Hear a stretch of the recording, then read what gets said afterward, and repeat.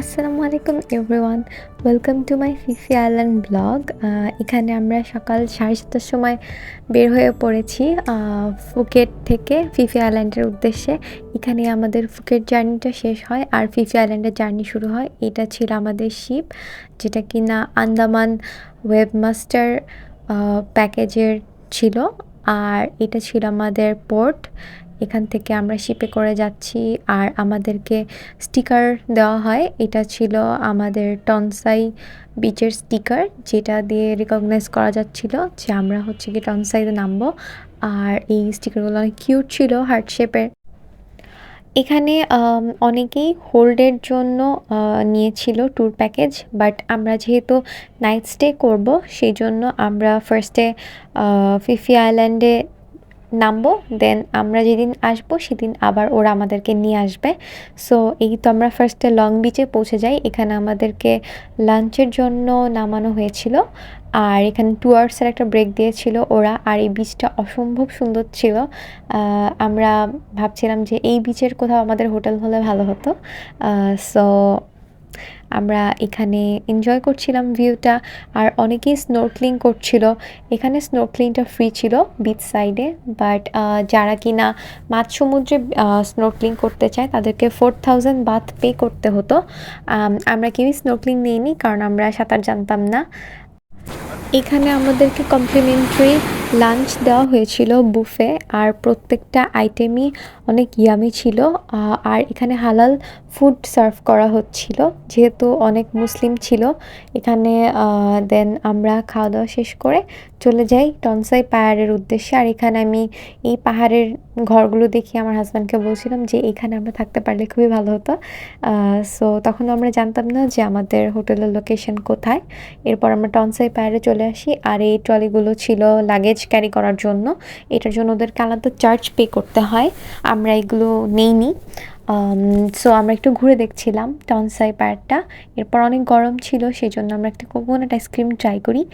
আর আইসক্রিমটা অনেক বেশি ইয়ামি ছিল। আর গরমের মধ্যে এরকম ঠান্ডা জুস আইসক্রিম খেতে থাইল্যান্ডে খুবই ভালো লাগে। এরপর আমরা আমাদের হোটেলের স্টাফের জন্য ওয়েট করছিলাম, যেটা কিনা কমপ্লিমেন্টারি ছিল, pick up and drop up service. সেই সার্ভিসটার জন্য আমরা ওয়েট করছিলাম যে কখন আমাদের হোটেল স্টাফ আসবে, আমাদেরকে পিক করবে। অ্যান্ড ফাইনালি উনি আমাদেরকে পিক করে নেয়। আর আমরা হচ্ছে গিয়ে লং টেল বোটে করে যাচ্ছিলাম, যেটা একটা ডিফারেন্ট এক্সপিরিয়েন্স ছিল অ্যান্ড আমরা খুবই এনজয় করেছি। এই ছিল লং টেল বোট। এরপর আমরা পৌঁছেছি আমাদের hotel the hip resort Phi Phi. আর এটা ছিল আমাদের হোটেল রুম, যেটা কিনা খুবই সুন্দর ছিল, সিম্পল। আর এই রুমটার কস্ট পড়েছে 6,500 টাকা। আর এটা অনেক নিট অ্যান্ড ক্লিন ছিল। এখানে এটা একটা ব্যালকনি ছিল, আর ব্যালকনিটাতে রেস্ট করার জন্য একটা প্লেসও ছিল। আর এখানে একটা কোলবালিশের মতো ছিল, যেটা প্লেসটা খুবই ইউনিক লেগেছে আমার কাছে। আর এখানে কমপ্লিমেন্টারি কিছু কফি ছিল। আর এখানে হাইজিন মেনটেন করার জন্য ওরা গ্লাসটাকে খুব সুন্দর করে র্যাপ করে রেখেছিল। আর থাইল্যান্ডের প্রত্যেকটা হোটেলেই একটা করে হেয়ার ড্রায়ার ছিল, যে ব্যাপারটা আমার কাছে খুবই ভালো লেগেছে।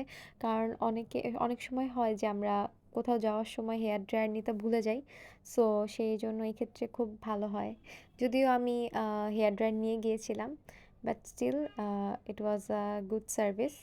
অ্যান্ড দেন আমরা বের হয়ে পড়ি। আর এখানে অনেক বেশি বার্ড ছিল, কোনো হালাল রেস্টুরেন্ট আমরা পাচ্ছিলাম না। এই জন্য আমরা একটু টেনশনে ছিলাম যে রাতে ডিনার কী করব।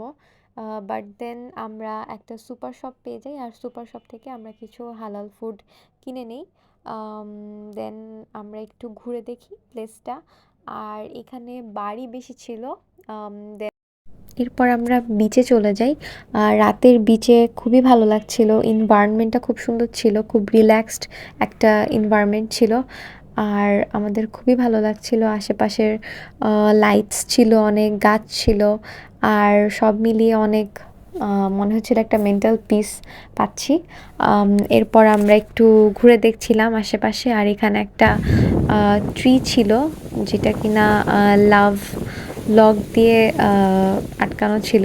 আর এটা ছিল সাই ভিলেজের মধ্যে।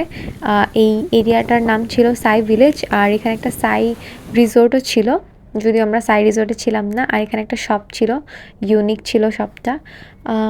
এখানে আমরা ঘুরে ঘুরে দেখছিলাম সব কিছু।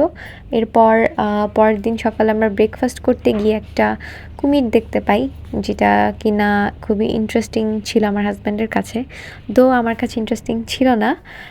যাই হোক, আয়ারল্যান্ডে তো এরকম জিনিস দেখতে পাবো, এটাই স্বাভাবিক। আর এরপর আমরা বের হই সকালে বিচ এক্সপ্লোর করতে, আর সকালের বিচের ভিউটা আরও বেশি অসাধারণ ছিল। আমরা ঘুরে দেখছিলাম সব কিছু, আর খুবই ভালো লাগছিল, একদম মেসমারাইজড। দেন আমরা বের হয়ে পড়ি, চেক আউট করি 11টার দিকে। এখানে আমাদের ড্রপ আপ সার্ভিসটাও কমপ্লিমেন্টারি ছিল। এখানে একটা উটের মতো পাথর ছিল, যেটা কিনা খুবই ইউনিক। আর এরপর আমরা আবার চলে যাই টনসাই পাহাড়ে। টনসাই পাহাড়ে যাওয়ার পর এখান থেকে আমরা আমাদের নেক্সট রিসর্টে যাব, যেটা কিনা লং বিচে। এরপর আমরা টনসাই পার্ক থেকে রওনা দিয়ে দিই লং বিচের উদ্দেশ্যে। এখানে আমরা খুবই এনজয় করছিলাম। এটা ছিল আমাদের ফিফি আইল্যান্ডের day 1 blog. So thank you, আসসালামু আলাইকুম, টেক কেয়ার।